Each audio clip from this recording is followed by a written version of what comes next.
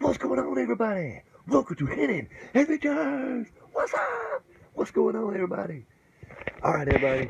First of all, I'm gonna show you what this hurricane's doing to us right now.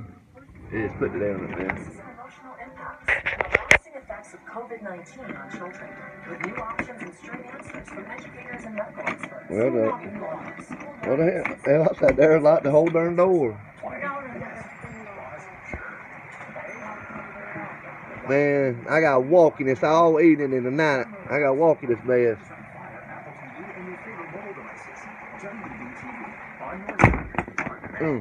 I'm Jamie Harrison, and I Woo!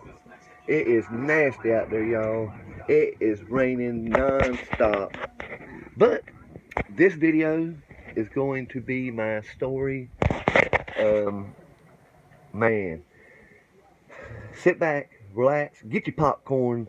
This story is wild. This happened in 1991. I was 19.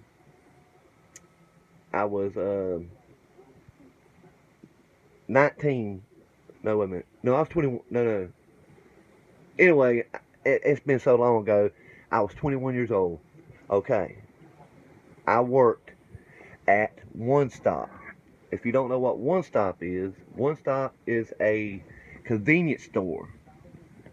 And I worked there, and after a while became assistant manager.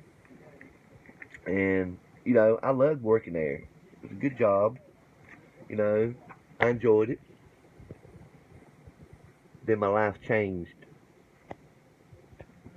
in an instant. Changed completely.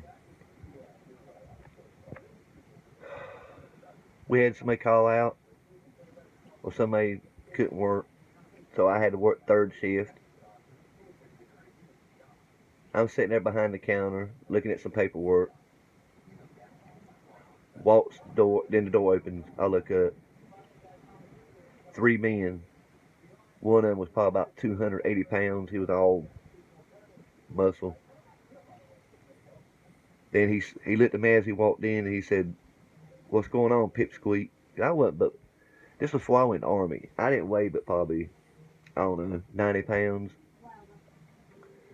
When he said that, and they went to the back, I had a funny feeling. I knew something was going to happen.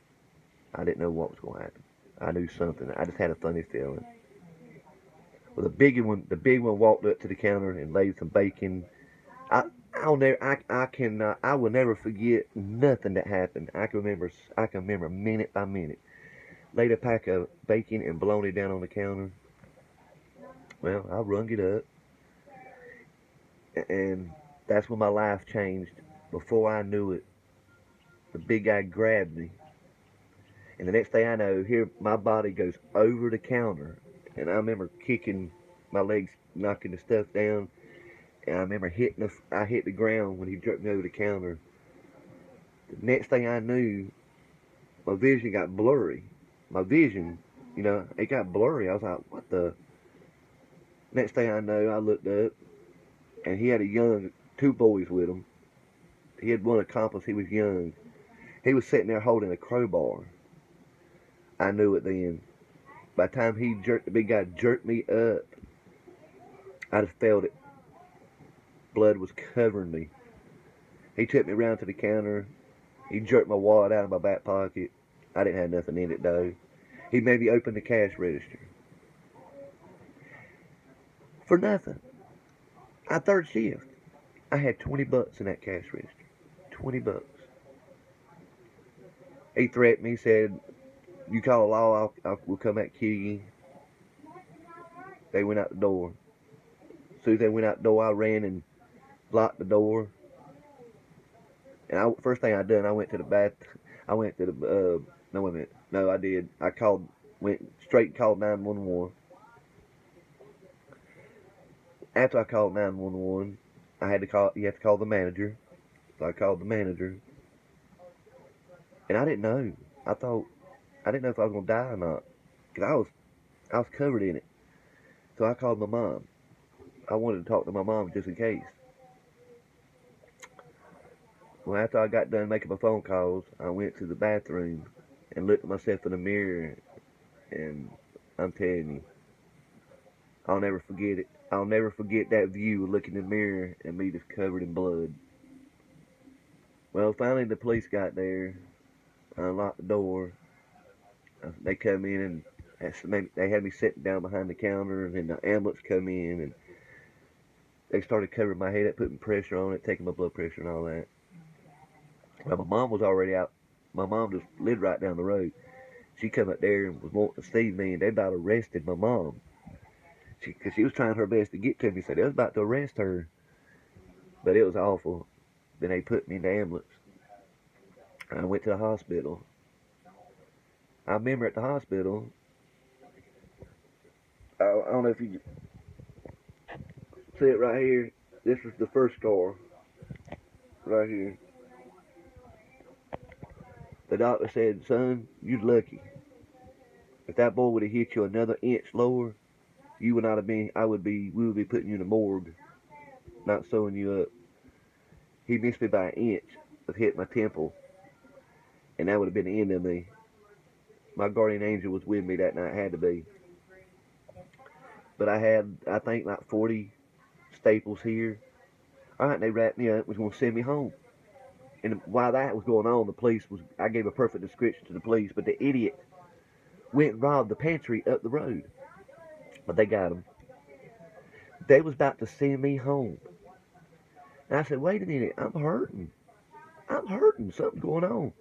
They look, and I had this, my other one. I don't know if you can see it or not. I had another gash open in my head. They said, oh Lord, we got another one here. They called it, screamed for the doctor. I had like 50 staples back here. Well, they covered my head up. And I remember going to court. I had to sit there, sweat just pouring off of me. I was nervous. I was 21. I had to sit there and point to the guy. I know his name, but I'm not going to say it. I had to point to him. I said, yeah, him. He was that robbed me. The other two were minors, so the one that hit me in the head with a crowbar got off scot-free because he was a minor. Things could be crazy, can't it? But I will never forget that day as long as I live. I would never work in a convenience store. I don't care if you paid me $50 an hour. I would not do it now for anything. But y'all pray that we don't float away. And if you watch this whole video and listen to my whole story, thank you so much. God bless you. Please smash that like button for me. And if you ain't subscribed to me, please subscribe to me. And for me, Tracy from Shelby, North Carolina, come back and see me now, you hear?